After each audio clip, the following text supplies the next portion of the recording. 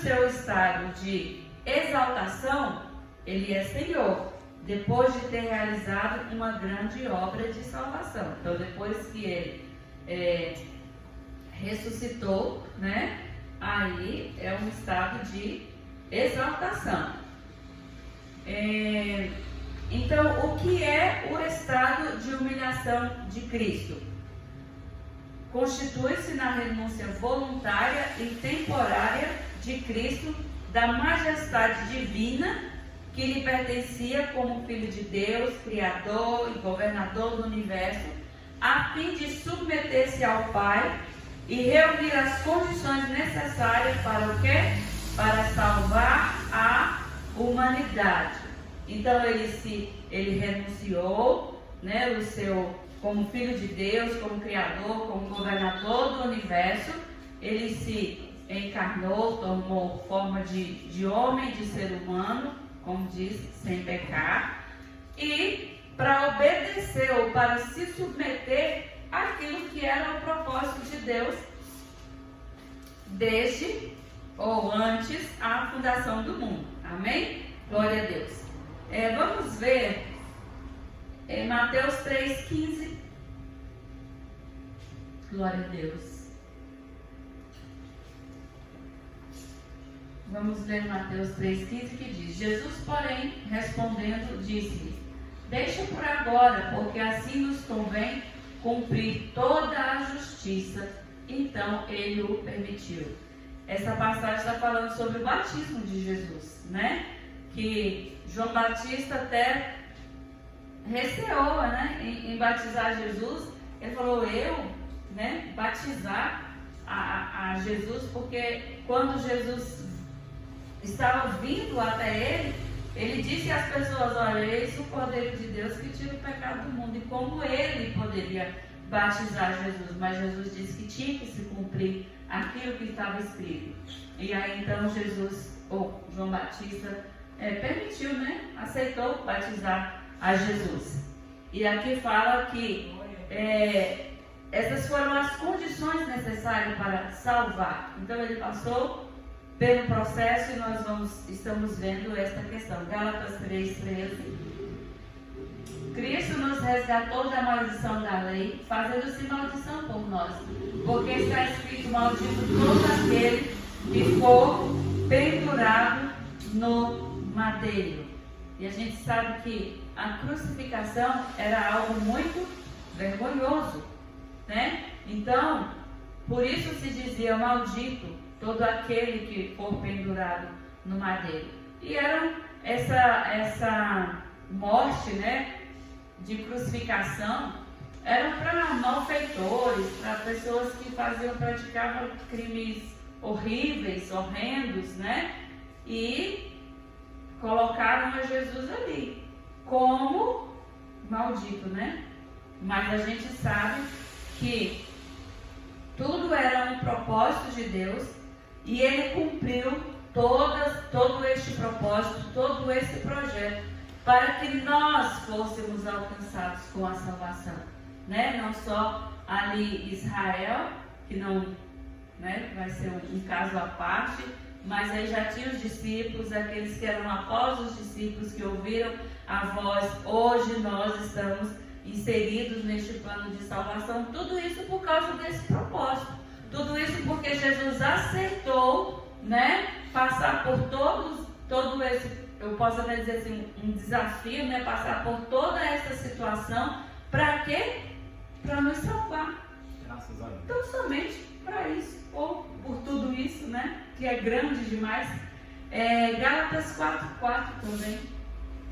Mas vindo à plenitude dos tempos, Deus enviou seu Filho, nascido de mulher, nascido sob a lei, ou seja, nascido debaixo da lei. E aí veio, cumpriu tudo, porque já havia sido profetizado que ele haveria de nascer de uma mulher. Diz que a virgem conceberá e dará à luz a um filho.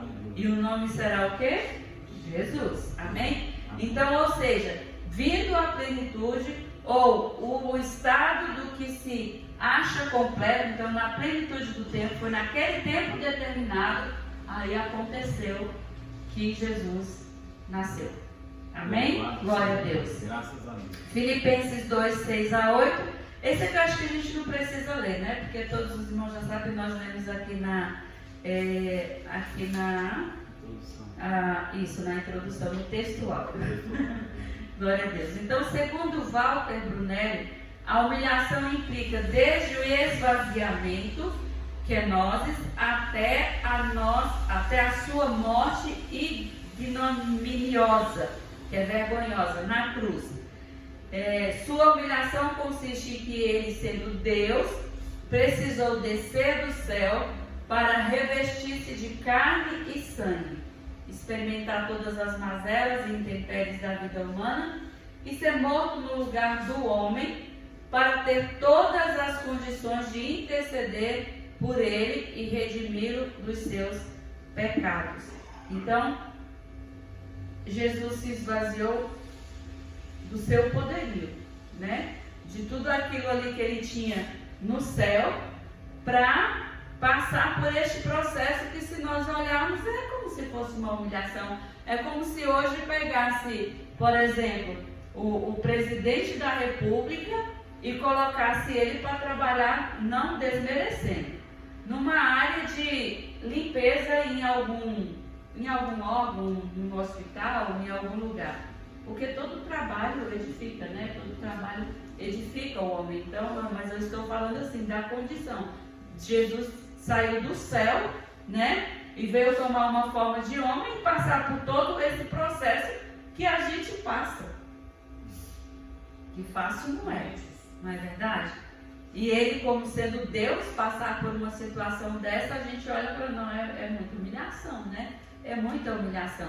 Mas este era o propósito. Porque se não fosse assim, como poderíamos alcançar a salvação?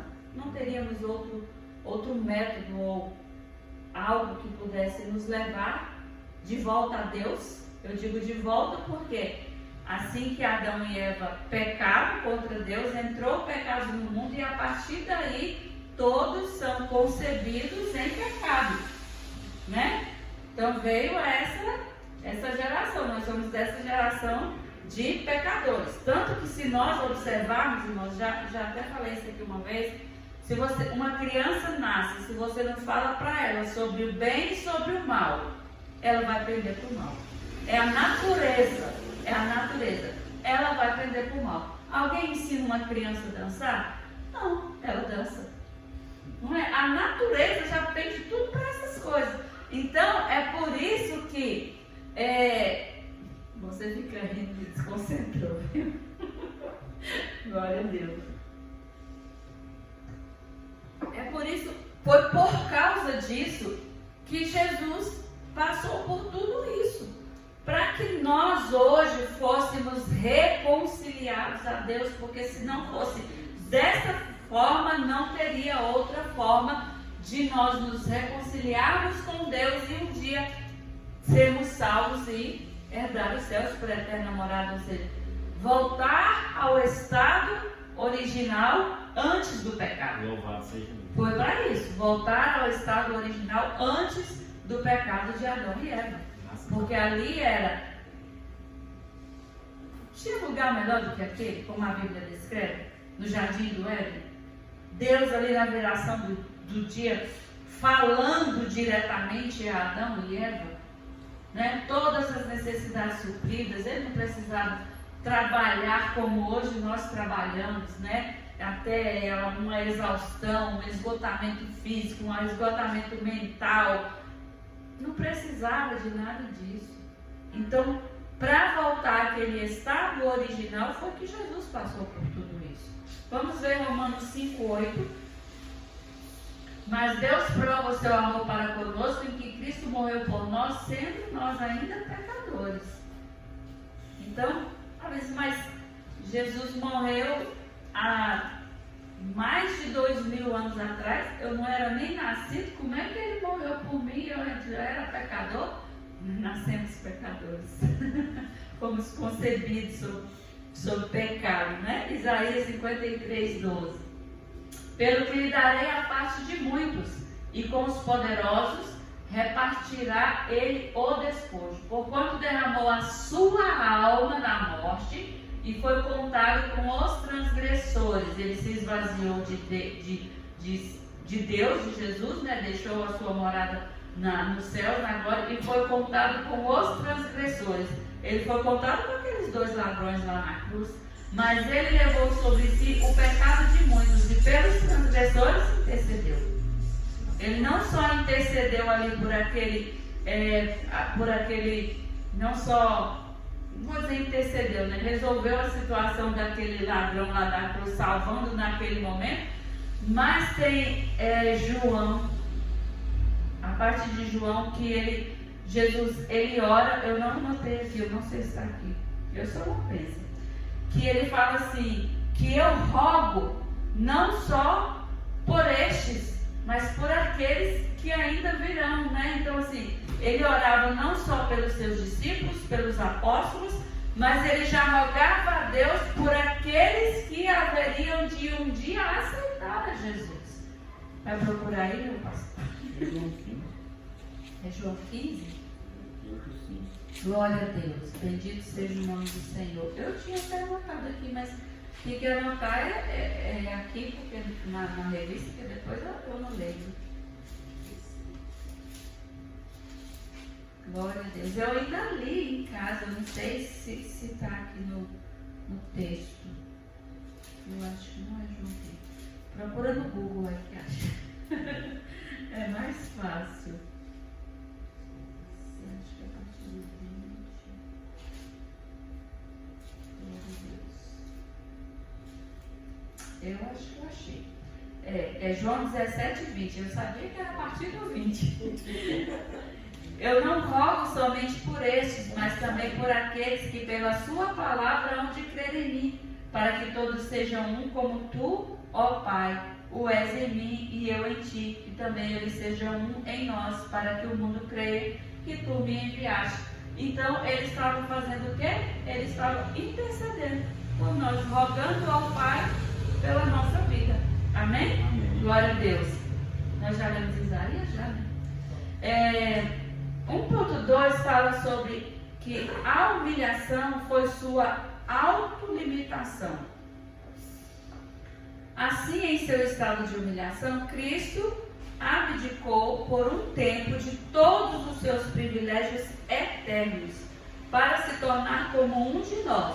Isso aconteceu porque ele deveria estar na condição de homem para resistir ao pecado e ao diabo, já que Deus não pode ser exposto ao pecado ou tentado pelo mal. Então, a gente vê que nós precisamos resistir ao pecado e ao diabo. A própria palavra do Senhor diz: sujeitai-vos, pois, a Deus, resistir ao diabo e ele fugirá de vós. Então, nós precisamos sim, nós temos sim que resistir ao diabo. E ao pecado, nem se fala, né? Olhar para Jesus, manter a nossa vida em santidade e não fazer aquilo que nós desejamos, o que a nossa carne pede, o que nosso instinto, né? Às vezes no impulso. Não, através do Espírito Santo a gente consegue vencer o pecado, vencer a carne, vencer o mal. Amém? Tiago 1,13 diz que Deus não pode ser tentado pelo... Ninguém sendo tentado diga de Deus sou tentado, porque Deus não pode ser tentado pelo mal e a ninguém tenta. Ou seja, ele não pode ser tentado pelo mal e ele não tenta ninguém, né? Nós é que somos tentados por causa da nossa concupiscência.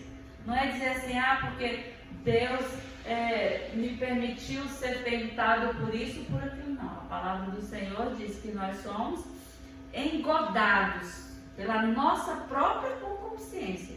E se nós não atentarmos para a palavra do Senhor, a gente peca por causa da nossa concupiscência, o desejo de fazer ou de ter algo que não agrada a Deus. Aí a gente peca. Mas dizer assim, foi Deus. Foi Deus que permitiu. Deus vai permitir que alguém peque? Não vai. A gente peca por a gente mesmo, pela nossa falta de santificação, ou de atentar para as coisas de Deus, ou ter um desejo tão forte que às vezes pensa assim, não, depois Jesus perdoa, né? Isso é preocupante. Então, Jesus, ele resistiu como homem, ele resistiu ao pecado, ele resistiu ao diabo, a gente vai ver, e ele aniquilou-se a si mesmo e assumiu todas as fragilidades da natureza humana para se submeter ao sofrimento e às provas que deveria vencer como representante da humanidade, mas nunca deixou de ser Deus. Ele só não usurpou, né? Assim, ele só não quis dizer assim, eu estou aqui como Deus mesmo, eu vou resolver essa situação. Eu estou com sede, eu não preciso ir até o poço e pedir à mulher samaritana que me dê água, não. Eu sou a própria água, né? Eu posso fazer chover, eu posso fazer brotar água de qualquer lugar. Não, mas ele não. Enquanto na forma de homem, na sua natureza humana, ele se submeteu a todas as coisas assim que nós, como seres humanos, nos submetemos, né? Frio, calor, sede, tantas coisas que a gente passa. E no corpo humano que ele estava, com certeza ele passou muitas coisas. Trabalhou, né? Filho de carpinteiro, também estava ali trabalhando, ajudando o pai, tanto que o carpinteiro considerado, né? Tem até um hino que fala que é carpinteiro pregador e tal. Então, assim, era um ofício de trabalho. Por isso, embora jamais tenha perdido sua natureza essencial de Deus, Cristo não usou de sua divindade para provar ao diabo e aos homens que era filho de Deus. Principalmente ao diabo, né? Porque quando Satanás, depois de Jesus jejuar 40 dias e 40 noites, ele foi levado em espírito, né? Ali ao pináculo do templo, e Satanás começou se tu és o filho, né? Ele poderia simplesmente falar, eu sou e pronto, mas ele não. Ele foi usando a palavra, a própria palavra. Isso significa que a maioria das situações, para nós vencermos, nós usamos o que? A palavra. Nós usamos a palavra de Deus para combater o mal, para nos refrear, para vencer até o próprio pecado. A gente precisa usar a palavra, e foi o que Jesus usou. Ele usou a palavra. Mateus 4, do 6 ao 11. E disse-lhe ele, tem mais versículos, né? Mas a gente vai ver a partir do 4. E disse-lhe, se tu és o Filho de Deus, lança-te daqui abaixo, porque está escrito, aos seus anjos dará ordem a teu respeito, e tomar-te-ão nas mãos, para que nunca tropeces em alguma pedra. Disse-lhe Jesus, também está escrito, não tentarás o Senhor teu Deus. Novamente o transportou o diabo a um monte muito alto, e mostrou-lhe todos os reinos do mundo e a glória deles. E disse-lhe, tudo isso te darei se prostrado me adorares. Então disse-lhe Jesus, vai-te, Satanás, porque está escrito, ao Senhor teu Deus adorarás, e só a ele servirás. Então o diabo deixou, e eis que chegaram os anjos e o serviram. Vocês viram que o diabo tentou a Jesus com a palavra? E Jesus venceu ele com a palavra. Isso não aconteceu com Eva. Porque a palavra dizia uma coisa e Eva disse outra. E Satanás pegou ela justamente nisso aí, na distorção da palavra. É por isso que a gente precisa atentar para a palavra do Senhor. Então, o diabo falava e Jesus combatia também com a palavra. Porque ele falava o que estava escrito na palavra. Né? Se tropeçarás, 1000 cairão ao teu lado, 10 ao teu direito, é alguma coisa assim. Qual é Salmo 91 que fala sobre isso, né? Então, o próprio Jesus venceu Satanás com a palavra. E Satanás também foi tentar Jesus com a palavra. Aí deu ruim, né? Ele pensou que podia fazer com Jesus a mesma coisa que fez com Eva. Mas foi totalmente diferente, né? Glória a Deus. Louvado seja Deus. Mateus 12, 38 e 39. Aqui, esse primeiro a gente viu que ele venceu o que? O diabo. Agora a gente vai ver que ele venceu o diabo assim. Ele não provou para Satanás a sua divindade. Ele poderia provar, né, que ele realmente era que era Deus, que era o Filho de Deus, mas ele simplesmente venceu através da palavra. E aqui vai falar sobre provar aos homens que ele era o Filho de Deus. Ele não falou assim, eu sou o Filho de Deus, aqui. Então alguns dos escribas e dos fariseus tomaram a palavra dizendo, mestre, quiséramos ver da tua parte algum sinal. Mas ele lhes respondeu e disse, uma geração má e adúltera pede um sinal. Porém, não lhe será dado outro sinal, senão o do profeta Jonas. O sinal do profeta Jonas era um chamado do povo ao arrependimento, né? E a crer na palavra. E aí, não ia ser dado a eles o que eles estavam pedindo. No tempo certo, Deus operou, sem que ninguém mandasse.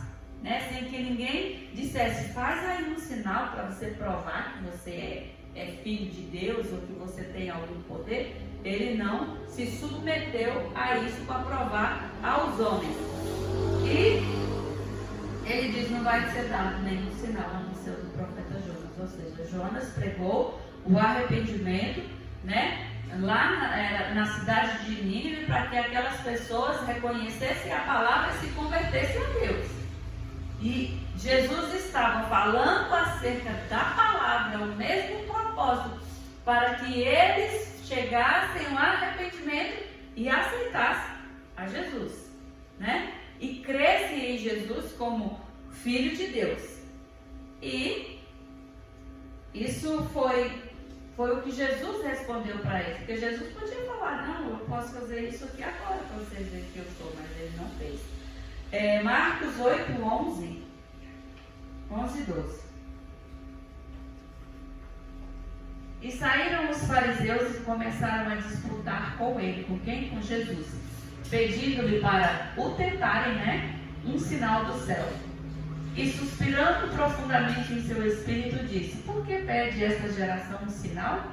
Em verdade vos digo que a esta geração não se dará nenhum sinal. Eles queriam pegar a Jesus de alguma forma. E outra coisa, irmãos, os fariseus, eles eram considerados hipócritas e falsos, né? Eles observavam a lei, mas por interesse. Era só por interesse. Então, assim, eles não tinham, sabiam da lei, sabiam de tudo, mas eles usavam aquilo para os seus próprios interesses. Eu não vou falar que naquele tempo já existia o Brasil e já existia político, né? Mas era só por interesse que eles usavam, observavam da lei. Era só para subtrair aquilo que era interessante para eles, que eles podiam ter algum proveito próprio, né? Através da lei. Lucas, não, nós já lemos Lucas 29? Não, ainda não. Então vamos ler Lucas 29. Acho que é esse que fala sobre os fariseus. E ajuntando-se a multidão começou a dizer, maligna é esta geração. Ela pede um sinal e não lhe será dado outro sinal, senão do profeta Jonas. Esse aqui nós já falamos. João 6,30. Disseram-lhe, pois, que sinal, pois, fazes tu para que o vejamos e criamos em ti? Que operas tu? Eles queriam, de qualquer forma, que Jesus fizesse algo para provar para eles. Mas Jesus... Eu acho maravilhoso quando eles chegam também até Jesus Cristo e perguntam assim, com que autoridade faz esses milagres?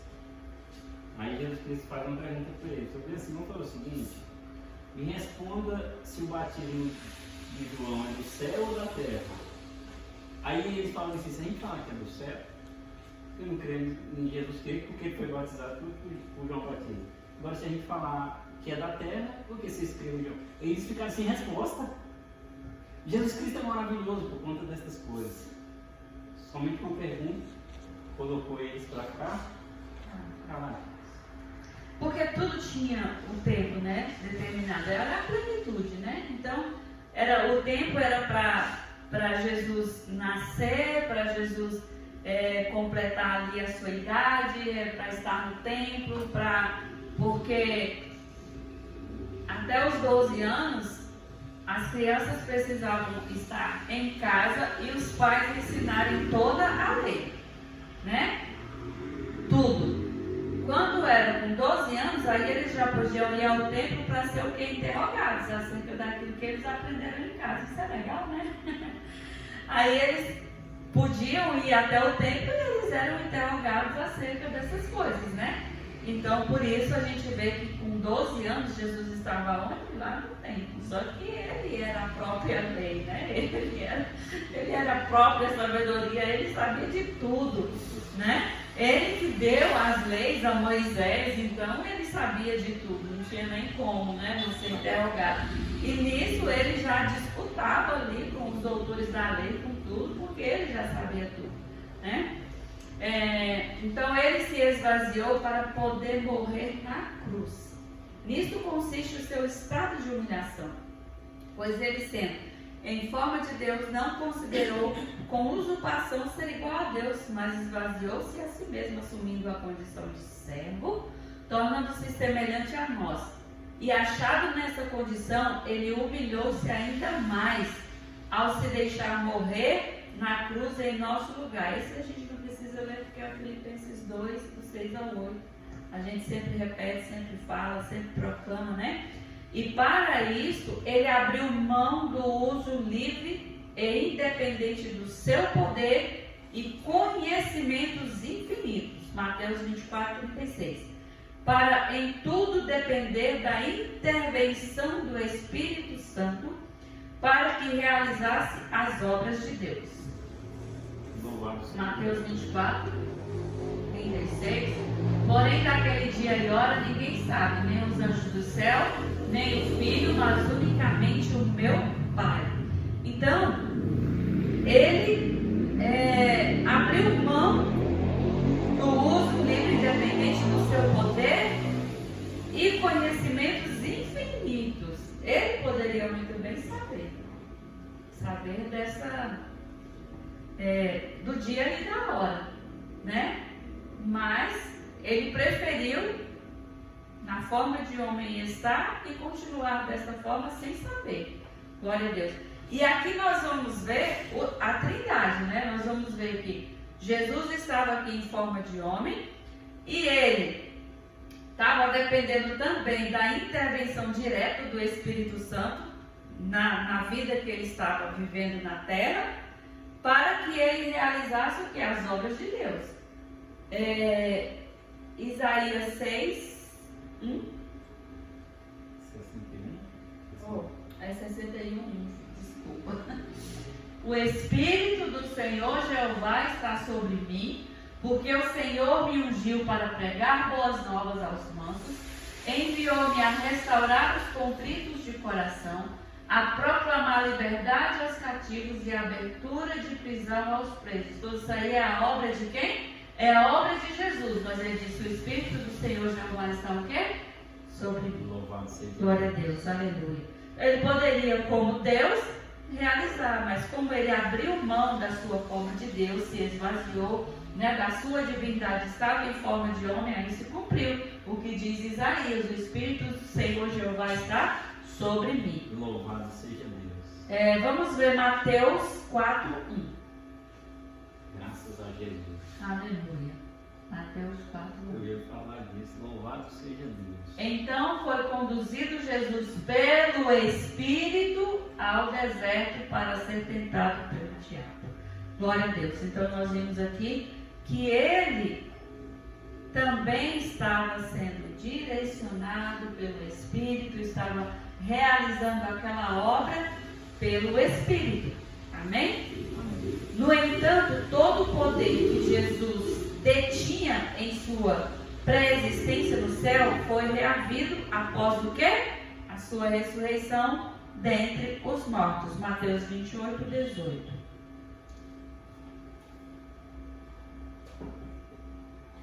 E chegando-se Jesus falou-lhes dizendo: é-me dado todo o poder no céu e na terra. E Jesus só disse isso após a sua ressurreição. Após ele ser crucificado, né? Rendeu ali o seu espírito ao terceiro dia, ressuscitou. E aí depois foi que ele falou aos discípulos e disse: chegando-se Jesus falou dizendo: é-me dado todo o poder no céu e na terra. Glória a Deus. Então, a gente vê que na forma de homem, Jesus venceu o pecado que Adão não conseguiu vencer, né?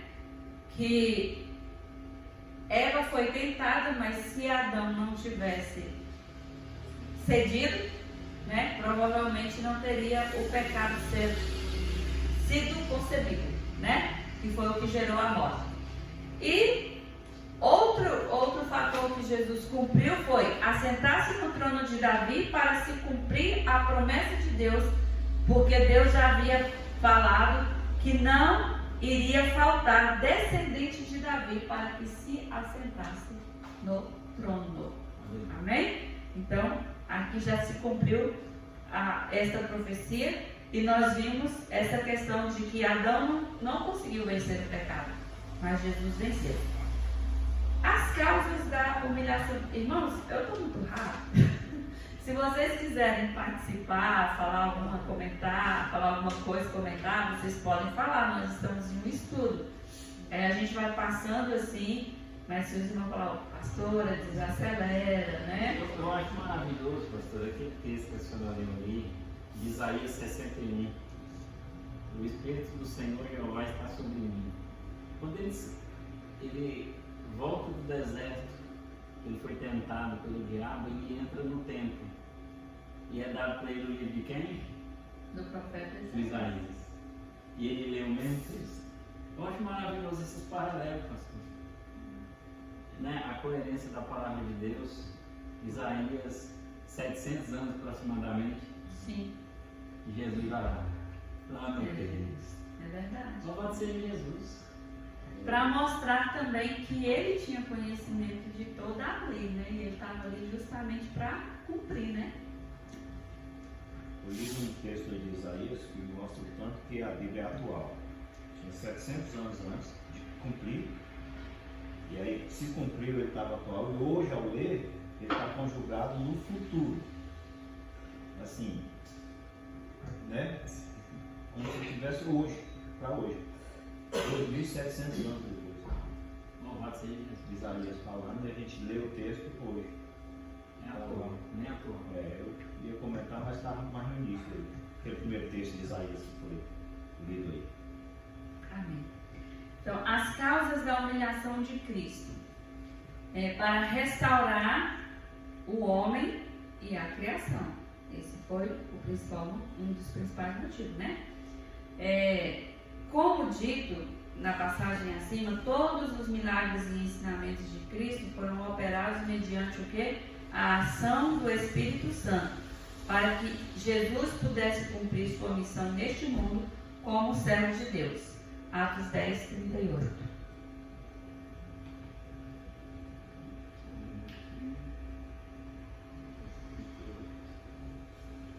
Como Deus ungiu a Jesus de Nazaré com o Espírito Santo e com virtude, o qual andou fazendo bem e curando a todos os oprimidos do diabo, porque Deus era com ele. Glória a Deus. Então, aqui está a obra do Senhor. Ele ungiu, né? Deus ungiu a Jesus. E nós sabemos que essa unção simbolizava o Espírito Santo já, né? Porque lá no Velho Testamento era para uma missão específica, né?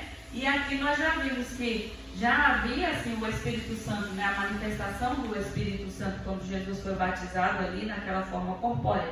E na forma de homem, o Espírito Santo é que conduzia Jesus, né? em sua obra.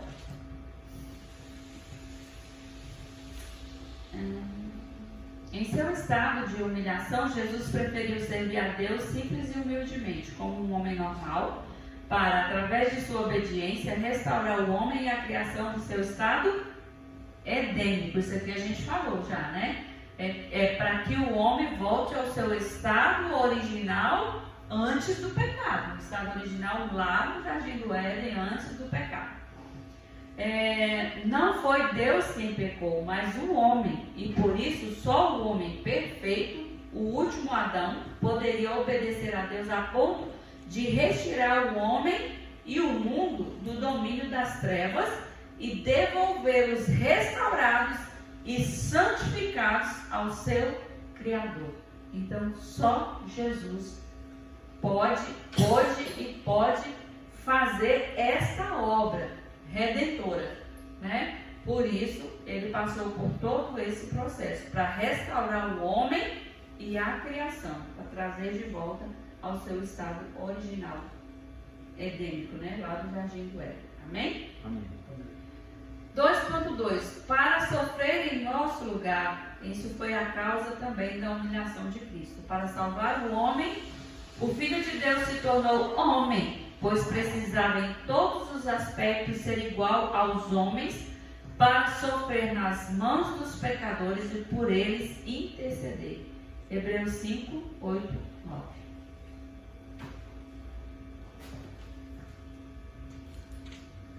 Ainda que era filho, aprendeu a obediência por aquilo que padeceu.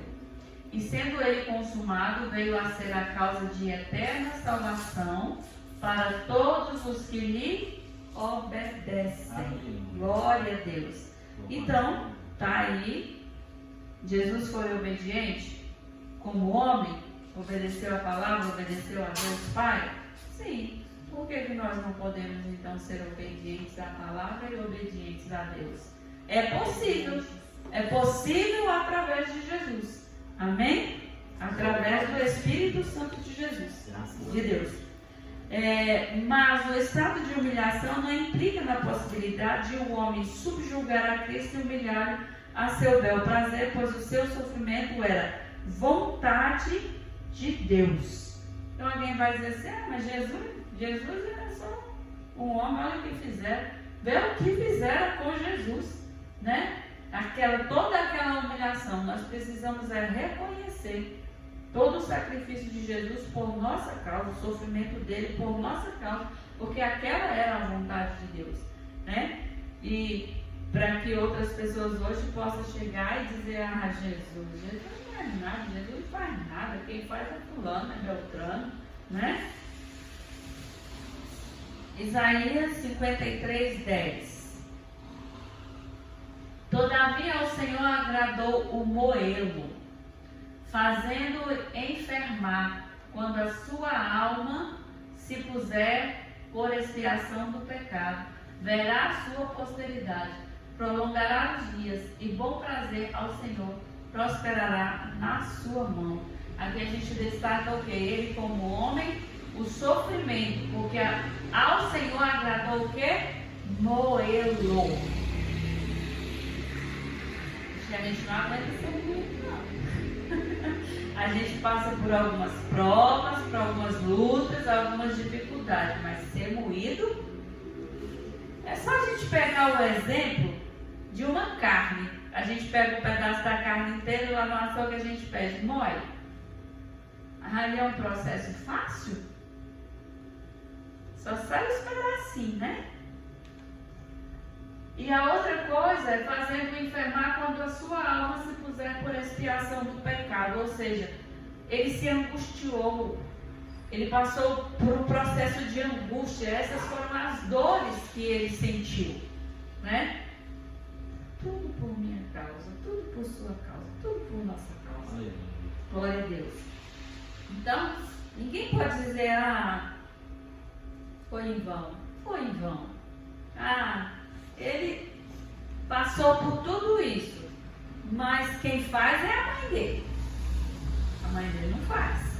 Quem faz é o próprio Jesus, que foi ele que passou pelo processo para que a humanidade fosse salva, para que a humanidade fosse remida de seus pecados e voltar, para que volte ao estado anterior, natural, Éden, de Adão, adâmico.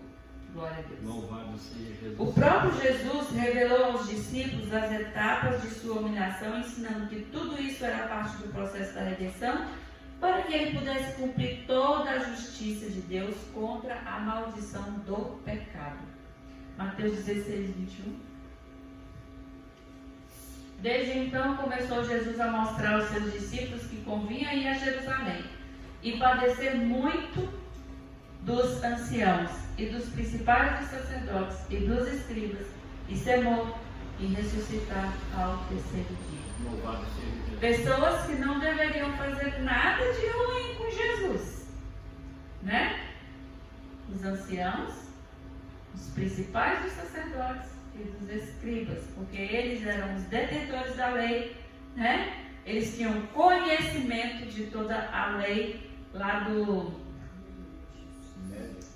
Sinédrio, o Pentateuco, né? Eles tinham ali todo o conhecimento, sabiam tudo a respeito dos profetas, de tudo, das profecias. Então eles teriam que ser alguém que auxiliasse no ministério de Jesus. Mas foi totalmente contrário. Mas tudo para se cumprir a palavra do Senhor, né? Porque isso aqui é cumprimento da palavra do Senhor, cumprimento da profecia. Amém? Amém. Outro ponto, essa questão da humilhação foi para nos livrar da maldição da lei. Mesmo sendo justo, Cristo teve que enfrentar a morte como um pecador, pois o salário do pecado é a morte. Isso está em Romanos 6, 23. A morte humilha o homem, demonstrando a sua fragilidade e impotência na condução do seu destino. Gente, olha que coisa, que verdade, assim, que a gente depara com ela e fica, realmente, não somos nada. Não somos. Se hoje existimos, se hoje fazemos, se hoje somos, se hoje temos alguma coisa, é só por Jesus. Porque quando chega essa hora aqui, ó, cadê? Cadê o homem? Cadê o dinheiro? Cadê o poder? Cadê o conhecimento, a sabedoria? Nem aqueles próprios que estudam para manter a saúde das pessoas não tem condição de dar a vida às pessoas. Então a gente vê a fragilidade, a impotência que nós temos na condução do nosso destino. Que destino? Porque a gente não sabe o que vai acontecer com a gente no dia de amanhã, nem daqui a pouco, nem em hora nenhuma. Não é? Nós somos verdadeiramente frágeis e impotentes. Mas quando falamos da morte de Cristo, claro está que ele não morreu de acidente ou nas mãos de um assassino qualquer, mas como um transgressor da lei para satisfazer a justiça divina. Hoje em dia o que a gente vê é que as pessoas morrem de acidente, né? Muitos são assassinados, tantas coisas. Mas Jesus não sofreu nada disso aqui. A questão era a lei, né? O povo era tão detentor da lei, tão defensor da lei, que achava que Jesus tinha que morrer porque ele estava transgredindo a lei. E a própria palavra diz que ele veio para cumprir a lei. Amém? Glória a Deus. Louvado seja Deus. Ele levou sobre si todos os nossos pecados e recebeu a maldição da lei e o devido castigo para que por ele fôssemos justificados diante de Deus e alcançássemos a verdadeira paz. Irmãos, a gente sabe que aquelas pessoas lá no Antigo Testamento, eles não conseguiam cumprir a lei. Eles não conseguiam. Eles não tinham condições de cumprir a lei. Daí, eles faziam coisas, é como hoje, né? Nós temos a palavra, mas existem muitas pessoas pregando heresias porque eles querem a palavra para seu bel prazer. Muitos têm a palavra para tirar proveito, né? Para ganhar dinheiro, para ter fama. Para isso eles querem a palavra. E da mesma forma, assim, não era muito diferente naquela época. Eles usavam a palavra e como alguns não tinham esse acesso à palavra, era o que eles falavam, né? E eles poderiam, sim, usar a palavra para o seu bel prazer. Deuteronômio 21, 23. O seu cadáver não permanecerá no madeiro, mas certamente o enterrarás no mesmo dia. Porquanto o pendurado é maldito de Deus, assim não contaminarás a tua terra, que o Senhor teu Deus te dá em herança. Cristo assumiu a culpa e condenação de todos os pecados, inclusive os que só se expiavam mediante a morte do malfeitor. Então ele foi pendurado no madeiro, ele foi crucificado, porque assim eles faziam com as pessoas que eram transgressoras da lei. E eles achavam assim, a pessoa cometeu um pecado, então ela vai ser morta ali na cruz, acabou o pecado. É claro, né? A pessoa morreu, não vai pecar mais, acabava o pecado, né? Então assim, aí eles consideravam que isso estava tudo resolvido. E Jesus passou por esse processo da cruz justamente para expiar os nossos pecados. Porque nós não temos condição de ser crucificados, não tínhamos condição de obedecer à lei, né? Tudo isso foi um plano maravilhoso, um projeto maravilhoso. Quando a gente fala assim, alguma coisa assim muito boa, a gente fala assim, que veio do céu, né? Então isso aqui foi algo maravilhoso que veio do céu, da parte de Pai, Filho e Espírito Santo. Esse projeto de salvação maravilhoso para as nossas vidas, porque sem isso aqui, sem esse processo todinho que Jesus passou, irmão, nós não alcançaremos a salvação. Nós não teríamos condição de alcançar a salvação. Louvado seja Deus. Agora nós vamos ver o estado de exaltação. A ressurreição de Cristo e sua exaltação. Glória a Deus. Porque a morte foi importante, aquele processo todinho foi importante? Sim, mas se ele não tivesse ressuscitado, o propósito não seria completo ou não adiantaria, porque todas as pessoas morrem, né? Todas aquelas pessoas que eram crucificadas ali no madeiro, como punição do seu pecado, elas morriam. Morriam e acabou. Mas Jesus não. Jesus morreu e ressuscitou. Jesus foi coroado com honra e glória nos céus após a sua ressurreição, a qual tem um significado profundo à nossa redenção, pois Cristo passou da condição de servo sofredor sob as instâncias da lei para o seu estado de exaltação como Deus bendito e eterno. Ele, depois de pagar o nosso resgate com o preço do seu sangue e merecer a justiça por nós, concedeu-nos o direito à vida eterna e nos elevou à posição de filhos de Deus. Porque antes só éramos criatura, hoje nós somos filhos. Porque reconhecemos o sacrifício de Jesus na cruz e aceitamos a Jesus como Salvador. Aí sim nos tornamos filhos de Deus.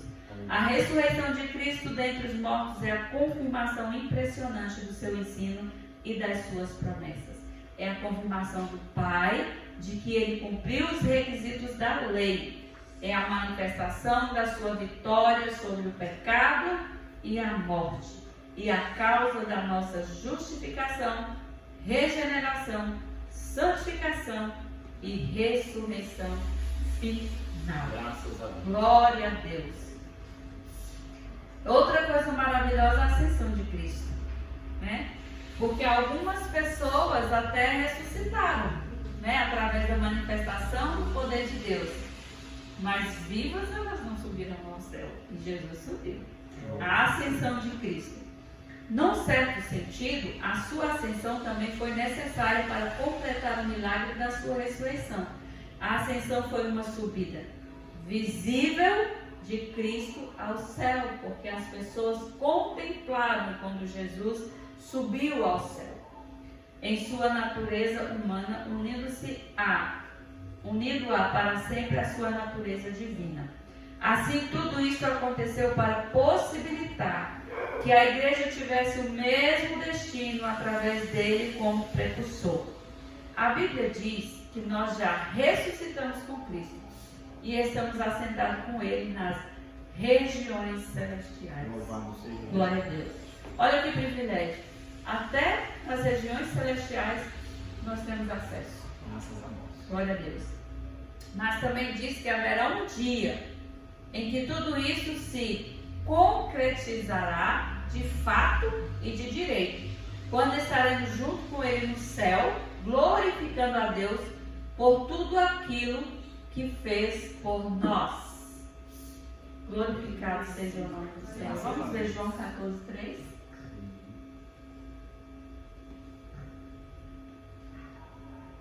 E se eu for e vos preparar lugar, virei outra vez e vos levarei para mim mesmo, para que onde eu estiver sejais vós também.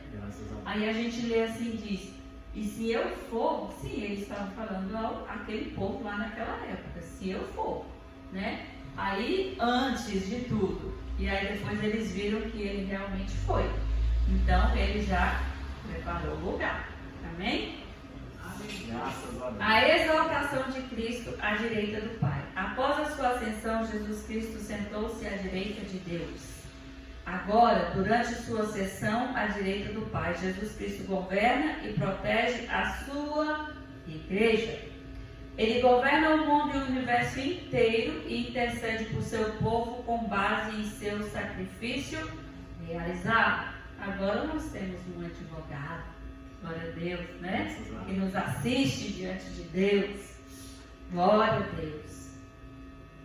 A exaltação de Jesus Cristo atingirá o seu clímax quando ele voltar para julgar os vivos e os mortos. Aí eles vão ver, realmente aconteceu, né? Ai, Deus. Porque esse julgamento aqui será o ponto final, né? Aí, aqueles que estão em Jesus, é só gozo eterno. E aqueles que não estão em Jesus, será só sofrimento eterno. Não tem mais o que fazer. É por isso que a gente fala que o dia é hoje, a hora é agora, né? Porque a gente não sabe. Mas nós que aqui estamos, nós cremos na palavra e nós esperamos esse glorioso dia que o Senhor vai dizer assim, ó, vinde, benditos do meu Pai, possuir por herança o reino que está preparado antes da fundação do mundo, né? Ou desde a fundação do mundo. Então é isso. É isso. Chega arrepia, né? De pensar e ouvir Jesus pronunciar estas palavras para nós. Glória a Deus. A hora de seu retorno permanece desconhecida para nós. Ele retornará com o propósito de julgar o mundo e de levar à perfeição a salvação do seu povo. E assim estará completa a sua obra redentora no mundo vindouro. Amém? Glória a Deus. Então, neste estudo, nós vimos que os dois estados de Cristo são demonstrados nas Escrituras como fatos que assinalam sua humilhação e tudo aquilo que ele teve que suportar para salvar a humanidade dos seus pecados e ser restaurado à sua posição celestial como Deus Todo-Poderoso. A igreja deve expressar gratidão por conhecer tais mistérios e viver na expectativa do dia em que cada um de nós verá a face do Cristo exaltado e poderemos agradecê-lo pessoalmente pela vitória alcançada. Glória a Deus. Irmãos, que dia glorioso será aquele? Que dia glorioso. E assim podemos dizer, Maranata, a hora vem, Senhor Jesus, né? Queremos que esse dia aconteça logo. Amém? Glória a Deus.